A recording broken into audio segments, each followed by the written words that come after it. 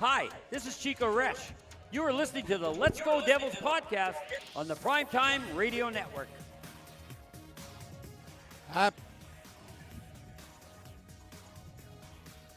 Happy Devils Tuesday. This is the Let's Go Devils podcast, game day live edition.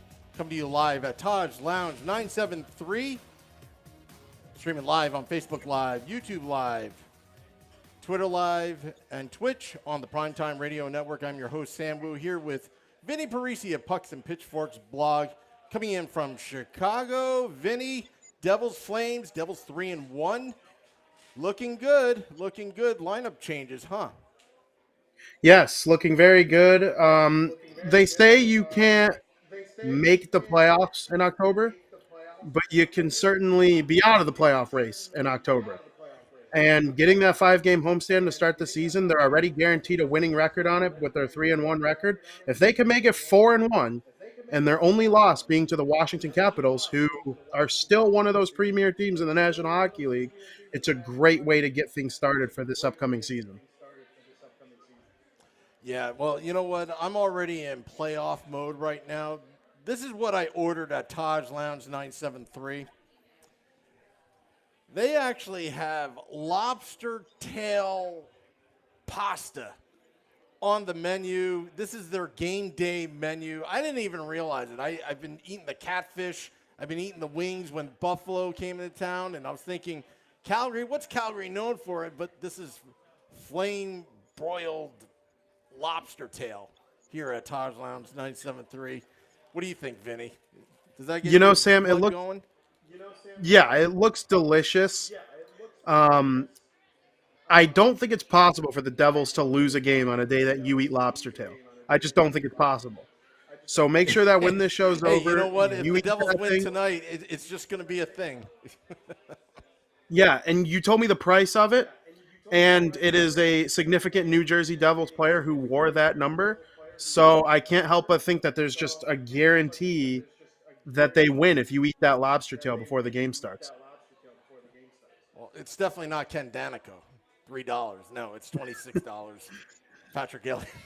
you said significant New Jersey Devil. I didn't want to confuse anybody. But anyway, getting back to pregame, the game tonight. Pickles. Blake Coleman will be in the lineup. He said something interesting earlier today that New Jersey was one of the 3 finalists. Tell me a little bit more about that. Yeah, so it sounds like he was down to the Calgary Flames, who he opted to choose to sign with. And he will be in the lineup tonight against the Devils. And his old team, the Devils, where he kind of became known as a really good middle six forward that can help a team win. And the Dallas Stars, where, and that most people know he is from Texas. So it was the hometown team, the team he used to play for, and the Flames. So for some reason, he ended up choosing the Flames. Him and his family feel comfortable there. He felt it was a good spot for him in his hockey career. He was a significant contributor to the Tampa Bay Lightning winning the last 2 Stanley Cups. I often think about how Tampa Bay, they were always the best team in the league, President's trophies, Kucherov's got 128 points, and then they lose to Columbus in the first round. Okay, well, what is Tampa Bay missing? A really, really good third line that helps sets the tone for the rest of the team. So they went out and rebuilt it on the fly. They already had Yanni Gord. They added Blake Coleman from the New Jersey Devils, and then they added Barclay Goodrow, and it formed an outstanding third line, and they gained lots of experience in their time there. And now he's helping out the Calgary Flames. So it should be interesting to see how he's able to play tonight. I wonder if New Jersey or Dallas offered any more money. I mean, you think about the economics of it, taxes naturally higher in Canada. Dallas, I thought, would have been a great choice. No income tax down there, hometown kid going back. But maybe there's something about Calgary. Maybe there's something about possibly winning a Stanley Cup in Canada. Maybe that intrigued him. Something a little bit different, change of scenery after being down in Tampa for about a year and a half. Maybe that's what it was. I don't know, but he's going to be in the lineup tonight for the Calgary Flames. Also, some of the lineup changes. I don't know if the lineups have come out yet. I can't stand what the Devils are doing right now, where they just wait till game time to release it. They know it. But during practice yesterday, the first line, Nico Hischier, Sharangovich, and Kuokkanen on that line. And then Dawson Mercer moving to the second line with Pavel Zacha and Tomas Tatar. I think this is still, even without Jack Hughes, I think this top six is pretty potent. Yeah, I said it on a couple shows. I believe when Jack Hughes is in the lineup, if they're running Hughes, Hischier, Mercer, and McLeod as their top four centers, then they're in pretty good shape. I don't know if many teams in the league have four young centers like that could probably, most teams bottom six centers fluctuate over the years. This could be the Devils top four centers for the next 4 or 5 years, depending on how things go. So seeing Mercer get to step up and play with Zacha and Tatar while Hughes is out, and then they have Gauthier as the fourth line center, it could be worse than that for sure, playing with Geertsen and VC.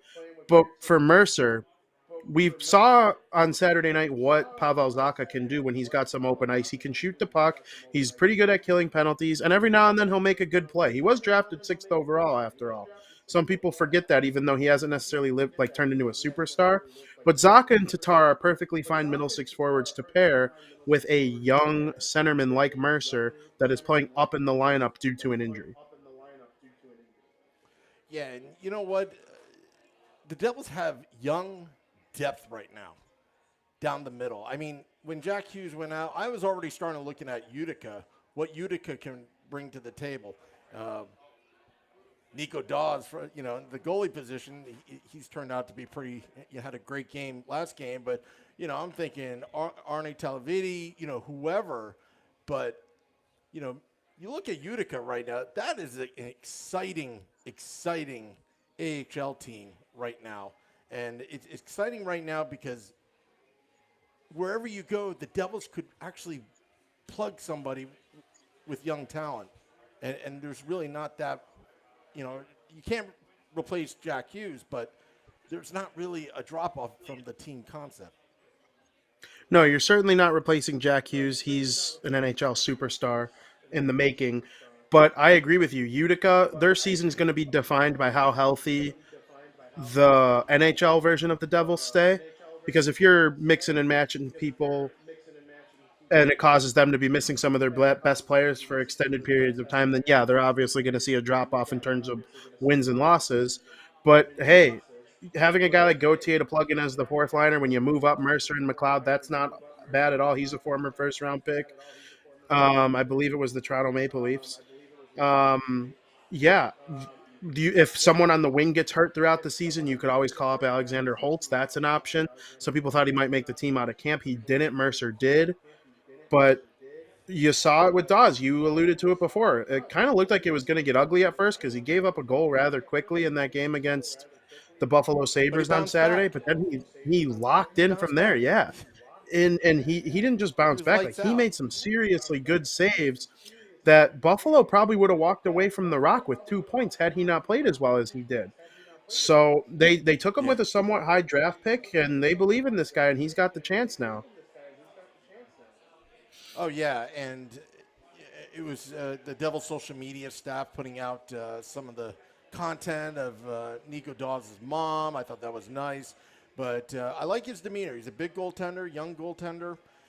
It's going to put Jonathan Bernier and Mac Mackenzie Blackwood on notice. There's a new kid in town. I know it's just one game, but I love goalie competition. I know Lindy Ruff expects goaltending right now, and he wants great goaltending, and I would fully expect him to go with the hot hand. And Mac Black is what Beer Baron joked around Sunday. Suddenly has an appointment at Walgreens the next day after that performance, jokingly, of course.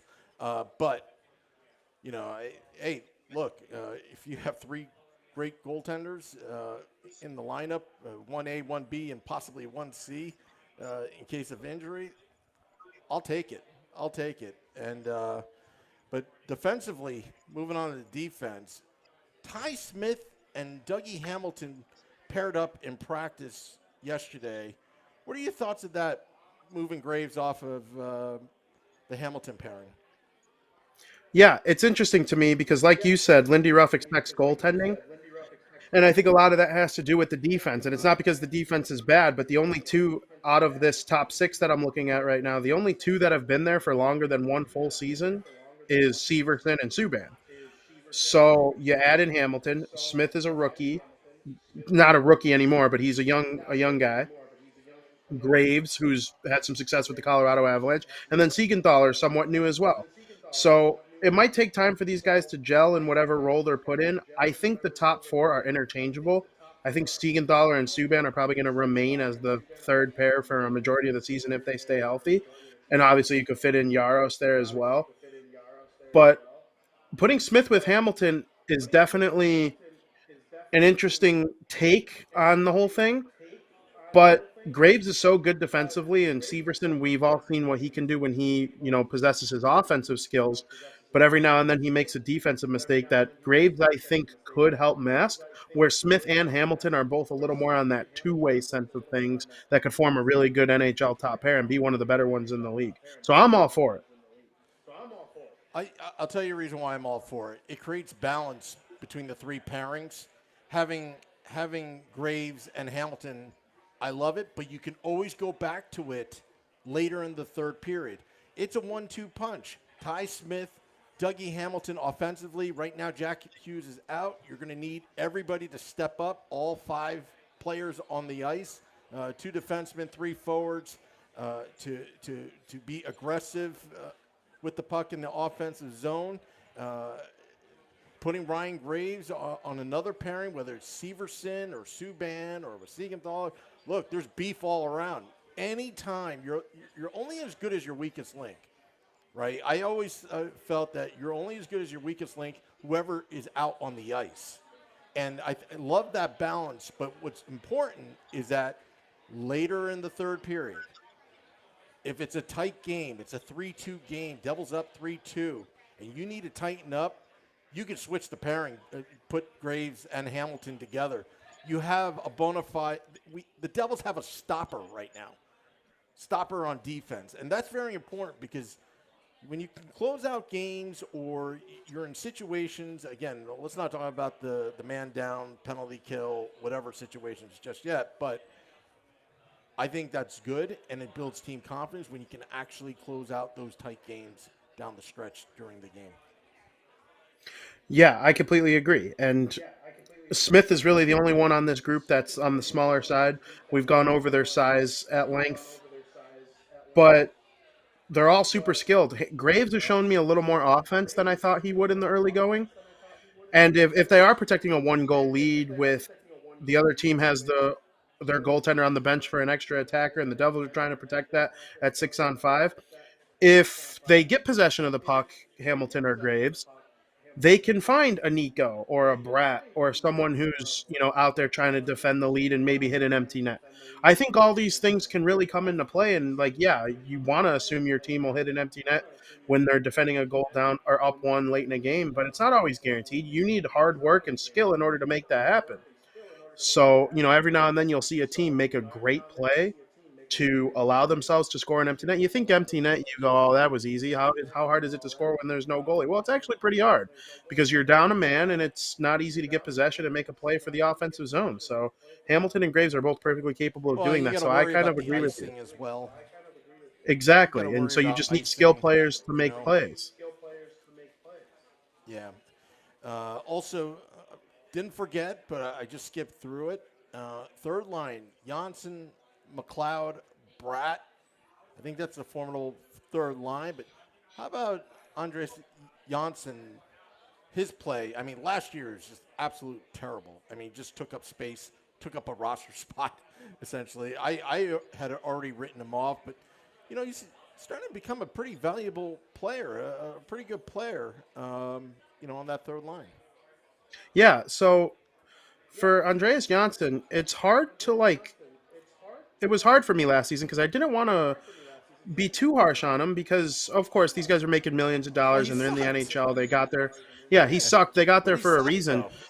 But in the middle of a pandemic, he switched teams It's not like it was just your typical year where you're going to a new system with a new team and you can go out to dinner and whatever. Like, I don't know how much that actually impacts them, but you're right. He was awful last year, and it seems like this year he's just so much more comfortable. And it's like, hey, I have to work to keep this job because there are plenty of forwards behind me. I mean, we saw Student each make the team. There's VC there now. I'm not the biggest fan of Geertsen playing every day. I think that sends kind of a funky message. Like they're just trying to be a tough team. I don't really understand why, but I mean, whatever. But there's Alexander You know what? Holtz. You brought up Talviti. Yeah, I mean, I don't mind it because it's still early on the season. It's a long 82 game season, and a lot of these players, a lot of these young players, hadn't played that amount of games in long, and especially with the pandemic and your shortened seasons or whatnot. I think this is more of an October move, so to speak. I wouldn't expect him to be a regular in the lineup in March unless he starts scoring goals and using his fists, and it's needed. Again, it is still October, but look at what the Devils are doing right now.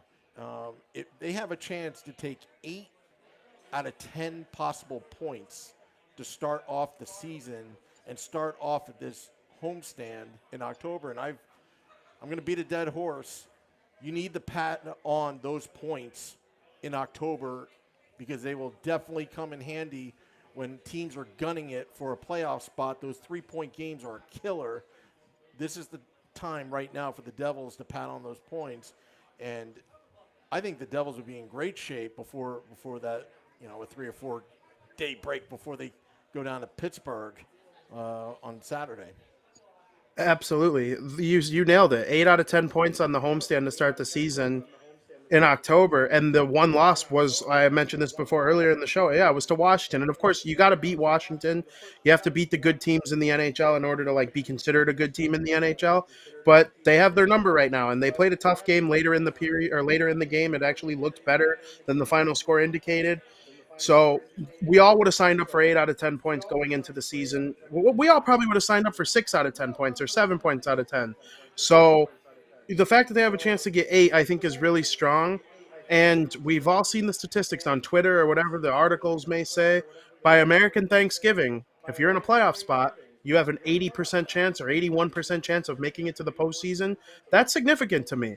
And I think that's just because Oh, that yeah. American Thanksgiving is about a month and a half into the season, and you're able to tell who you're starting to see separation between the elite teams, the good teams, and the bad teams by that point. And so if they're a bubble team by American Thanksgiving, I'll be pretty satisfied with the start to the season. And collecting 2 points here against Calgary, getting 8 out of 10 to start the year would really go a long way towards that for me. This is the Let's Go Devils podcast. I'm Sam Wu here with Vinny Parisi of Pucks and Pitchforks blog. You can find us on Facebook at Let's Go Devils Podcast. You can find us on Twitter at Let's Go Devils Pod and our YouTube channel, Let's Go Devils. John Stinson of the YouTube Live writes, thoughts on Boquist coming up as a third-line center. What are your thoughts on that? Yeah, it's an interesting one. Boquist, we were talking about in our Pucks and Pitchforks group chat last night. He kind of feels like a sunk cost at this point. You might as well give him some time because it's not like you're impacting his trade value if he comes up and is bad because his trade value is already as low as it ever has been. If a team wanted him as like a second player in a trade, if the Devils decided they needed a goalie or if the Devils decided they needed another winger, I think it'd be worth exploring. So they might as well bring him up and try and see if they can unlock some magic with him. I don't think it would be a bad option to even maybe try him on the wing, looking at some of these names.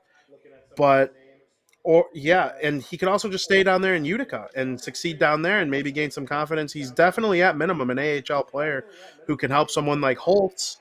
He's good at making plays, especially at the AHL level. So whatever they do with Boquist is probably going to end up being okay with me. Alexander Holtz is absolutely ripping it up in Utica. Oh, yeah. I mean, he Oh, is yeah. exciting. Just look at that crowd opening night up in Utica. I mean, definitely a different atmosphere than Binghamton.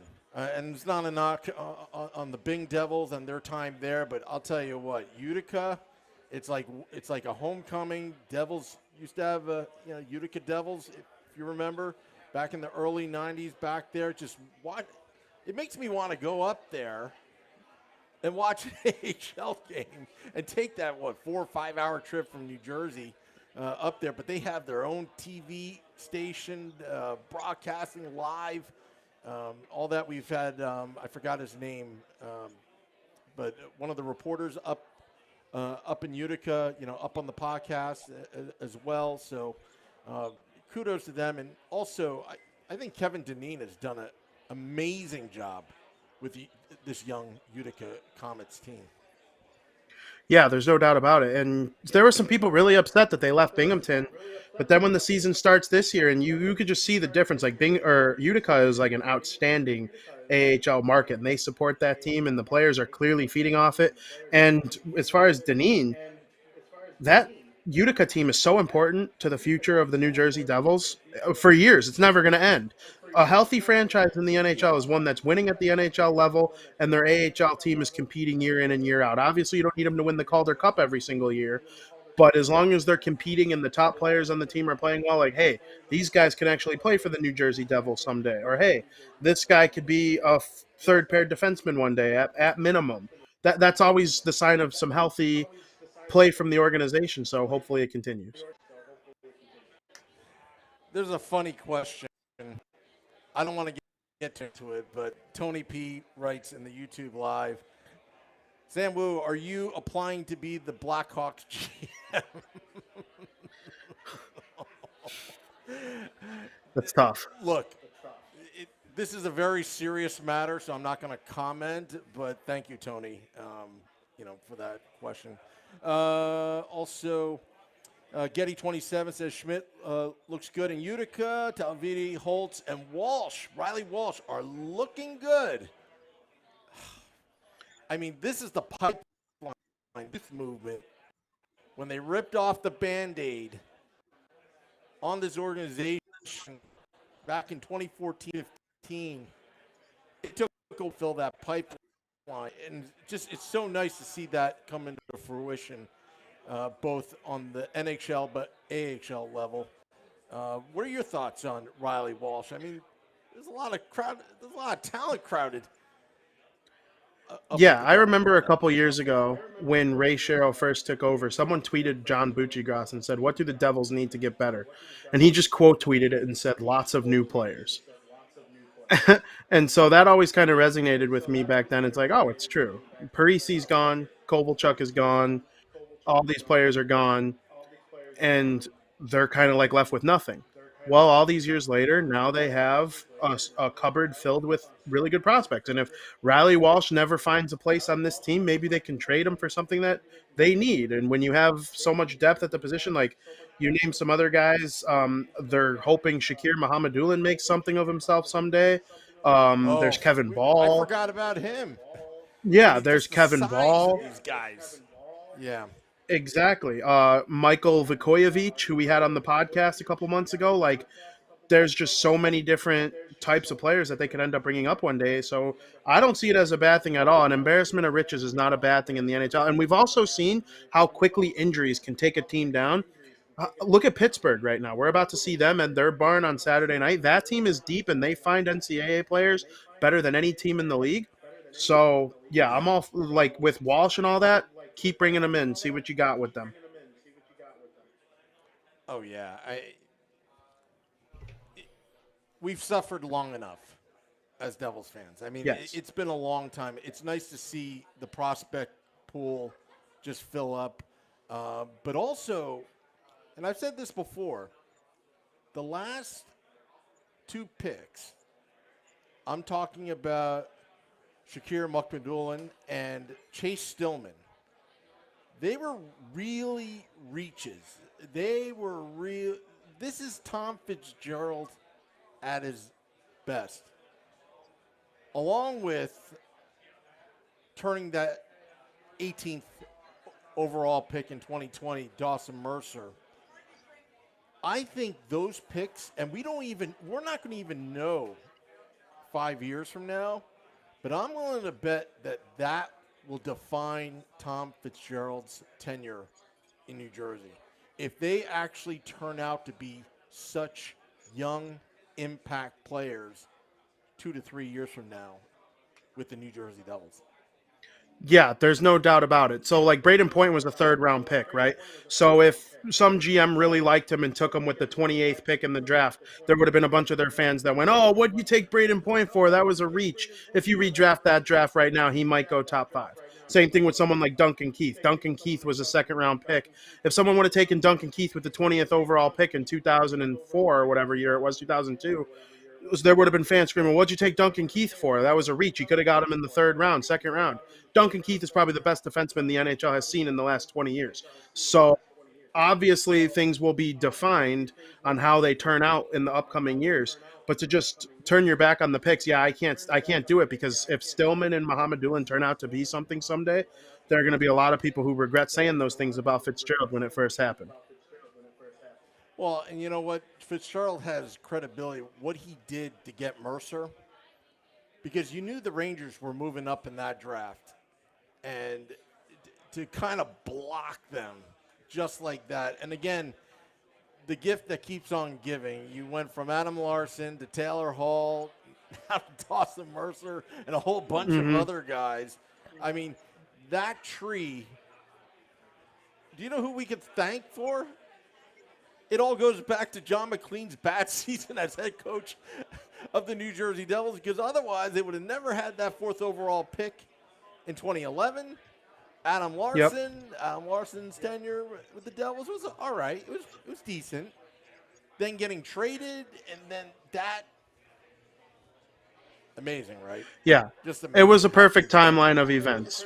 Winning the lottery in 2011, that was back when you could only move up 3 spots. So they moved up from 7, or I think it was 4 spots. They moved up from 8 to 4. They took Adam Larson, who they ended up trading for Taylor Hall, who was the actual real lottery pick in the same draft. And, you turn him into Ball, Mercer, whatever it ends up turning into down the line. I'm happy with the way that draft turned out for the Devils, though, because then the Rangers came up and took Braden Schneider, who, famously has anger issues and likes to get thrown out of hockey games. And then the Devils took Mohamedulin, who a lot of people rip on, but we'll see what ends up happening with that as well. So it could turn out to be a really nice sequence of events that felt bleak in the moment, but are looking pretty fun right now. We got a few minutes left, Vinny. Predictions tonight. What are your thoughts?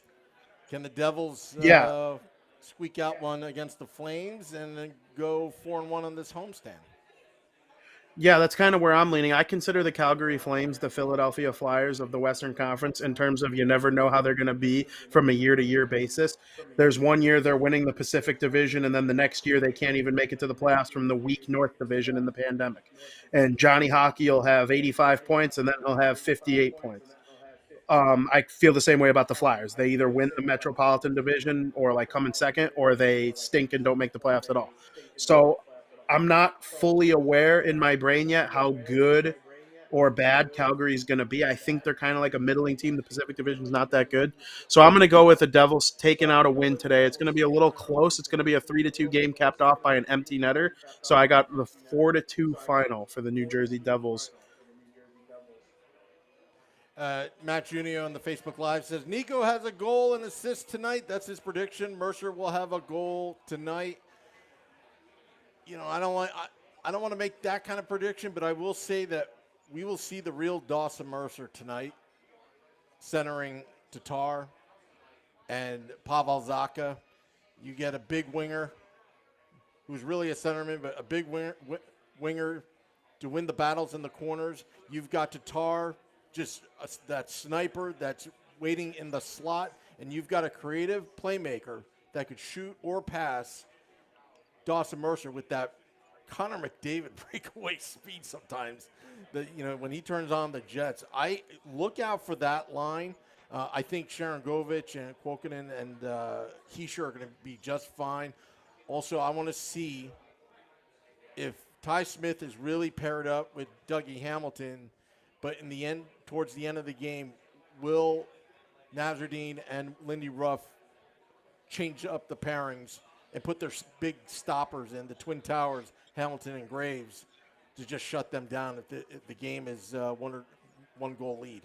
That's what I'd like to see tonight, but I'm thinking 4-3 Devs, just like what Jeff says in the Facebook Live. How come we're always predicting them to win? But hey, we've been right so far, except for one game. Yeah, so we're both 3-1, just like the Devils, and just got the notification Dawes is leading the Devils onto the ice for warm-up, so he's the starter tonight. Great. And so it'll be interesting to see Nico how he Dawes. bounces back from that game in Buffalo. I say bounces back, I meant bounces I think forward. Yeah, well, you know what? Great thing about young goaltenders, there's not much of a scouting report, possibly. Maybe they can catch them by surprise. It's a Western Conference team. I'm going to eat this nice lobster and pasta made at Taj Lounge 973. You know, we theme our nights with whoever's coming in. We have buffalo wings. When Buffalo came in town, I couldn't think of anything for the Flames. But I think we should have a lobster toss when the Bruins come into town. We'll have some clam chowder. We'll have that on November 13th. What do you think, Vinny? Oh yeah, I'm all in for it. I'll be pizza. I'll be eating some clam chowder when they play the Bruins. When they play the Blackhawks, I'll probably be at the game at the United Center. So we'll definitely be eating some deep dish pizza while we watch the Devils play and hopefully beat them. I really enjoy that yellow jersey over there in the crowd. That's a lot of fun. I enjoy those practice-looking jerseys. I love the practice jerseys. They're the best.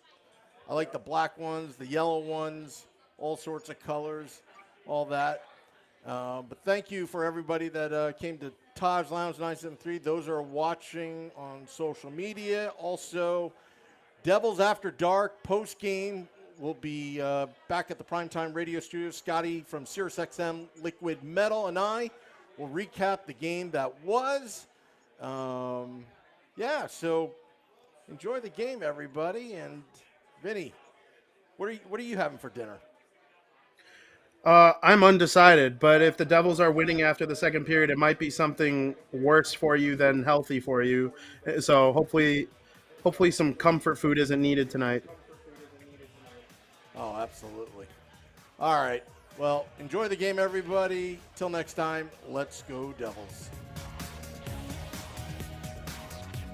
Hi, this is Chico Resch. You are listening to the Let's Go Devils podcast on the Primetime Radio Network.